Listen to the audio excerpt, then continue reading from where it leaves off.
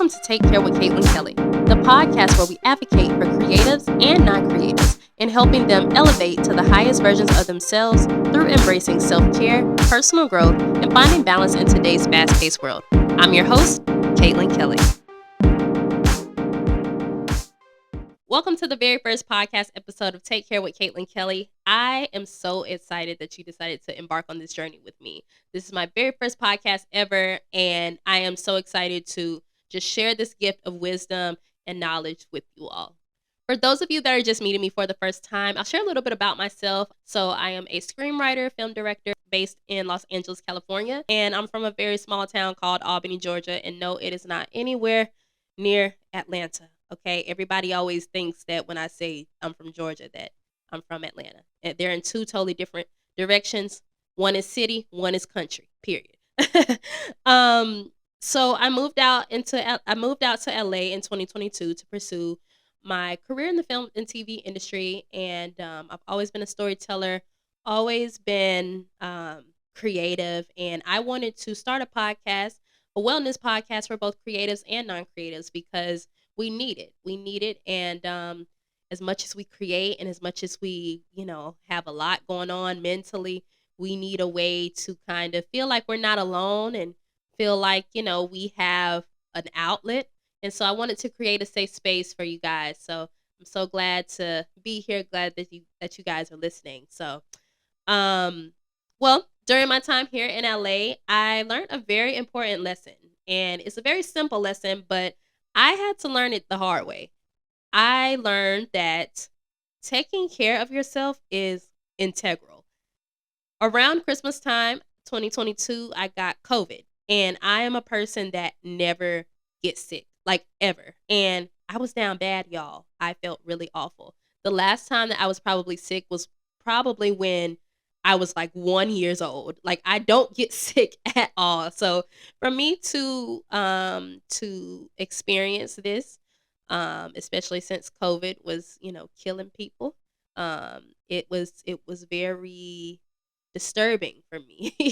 I don't get sick ever. So, but this was not only my first time being sick from this was not only my first time being sick, but this was also my first time away from my family for the holidays. So, as you can imagine, I was not doing the best physically or mentally. I was literally forced to take care of myself. And while I was sick, I found out that I actually didn't know how. I actually didn't know how to take care of myself. And I had to listen to my body and figure out what I needed. If I needed medicine, water, Powerade, tea, whatever it may be. And what I realized in this moment was that all of these years, I had been a horrible caretaker to myself. And I wasn't prioritizing my needs. So, in this introduction to the podcast, I felt that it was only right for us to dive straight into why it is so important to be a caretaker for ourselves and why it's our most precious asset. To be a good caretaker to ourselves, we have to first assess our needs. And a few years ago, I was a caretaker to my grandmother who has dementia. With my grandmother being older and, having dementia, it's very crucial that she has the necessary care and support for her unique challenges. So for me and the rest of my family that helped take care of her, we were able to identify her needs. So does she need to eat? Does she need her diaper changed? Does she need, whatever? And whether we are caretakers to others, may that be a child, a parent, a sibling, a spouse, we must apply the same level of care and intention and attention, that the same amount that we pour into them, we have to pour into ourselves as well. Taking care of ourselves is an essential responsibility. And key word, right? Responsibility. I want to help change the narrative of self-care because when the term self-care was first just being thrown around, people just thought, oh, massages and face masks, and I'm gonna go get my nails done and my hair done and all that stuff. And that is one part. That is one part of the narrative of self-care. But also, self-care can actually look like you actually eating breakfast in the morning, or you actually drinking enough water throughout the day to make sure that you're hydrated.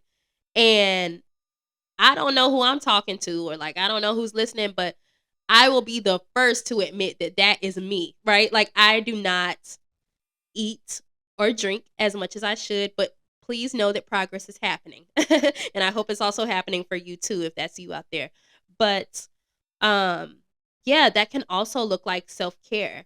And the thing about, not eating or drinking enough water is that when our bodies recognize that there's an imbalance or that we're not receiving enough nutrients, it will give us signs. It will give us signals, right? And we will have, our stomach growling. We'll start getting hangry, want to curse people out. We get thirsty, all these things. And eventually, hopefully, you decide to get something to eat, right? You decide to get something to eat or something to drink, or whatever else it is that you need. But something that is important to note is that if we wait until we are sick or at our breaking point to start taking care of ourselves, we miss out on the opportunity to safeguard our well being. I'll say it one more time. If we wait until we are sick or at our breaking point to begin to take care of ourselves, we miss out on the opportunity to safeguard our well being. And we push ourselves. We push ourselves closer and closer to the brink of self destruction. So we are slowly diminishing our full wellness potential. Another thing about self care is that it really is all in the phrase. It's self taking care of self, period. No one else. And while some may say, like, this is selfish, it's in 2023, who is saying that self care is selfish at this point? Like, it absolutely is not. Because again, it is self taking care of self. And the harsh reality is, without self, who is going to take care of said individual? No one. Even if you have a spouse or you have someone to like take care of you, like as adults, as fully functioning adults, we have to take care of ourselves. And it just is what it is. But even though this really is self-explanatory, this wasn't put into perspective for me really until I was actually sick. So I vividly recall when I was sick and I didn't have nobody else to rely on for care, and it was a wake up call for me. I sat in my room realizing that, dang, if I don't take care of myself, who gonna do it? No one. And, it was just time for me to prioritize my well being and just simply embrace the role of being my own caretaker. I've thought a lot about how God spent time well spent crafting our bodies, our interior and our exterior, and just how each body part has a function. And for us as humans to be placed on this earth and given not only life, but a physical structure by the one who created us, we would be remiss not to take good care of it. And I feel that if I put as much time, energy, intention, attention, all the things, if I did that the same way that God did into crafting something so intricate and so detailed for someone to not take care of it, I would be like, do you realize what you have? Like what you have is so valuable, and it's just like our entire beings. Our entire beings are valuable. In film school, an instructor often reminded us that the most expensive piece of equipment was us as the humans, the students, and how important it was to protect ourselves. And with anything that has value, it requires a lot of intention behind it. It requires a lot of security. It requires all of that to ensure that it's being taken care of in the best way possible.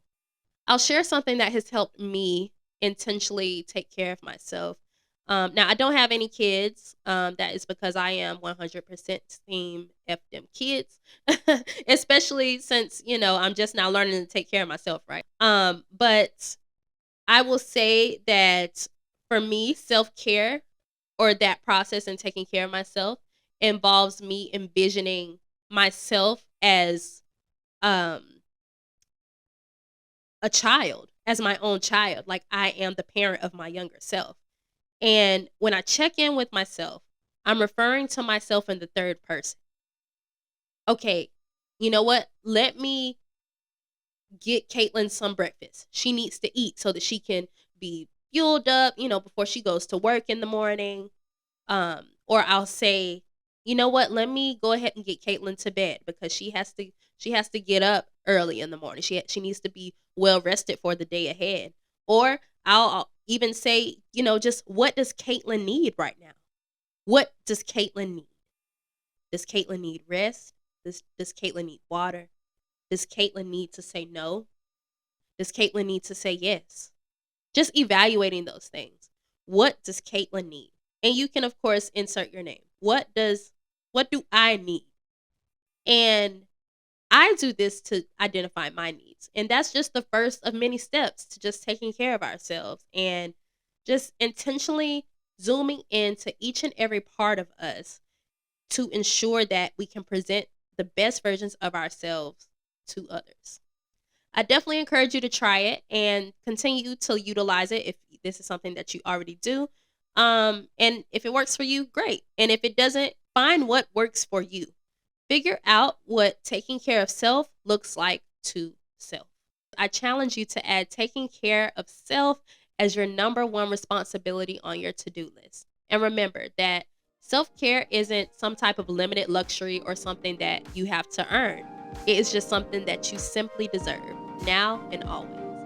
Thank you for tuning in to today's episode. Be sure to follow the podcast on Instagram at the Take Care Pod and me, your host, on Instagram at I Am Complicated. That's at IAMCOMPLIKAITED.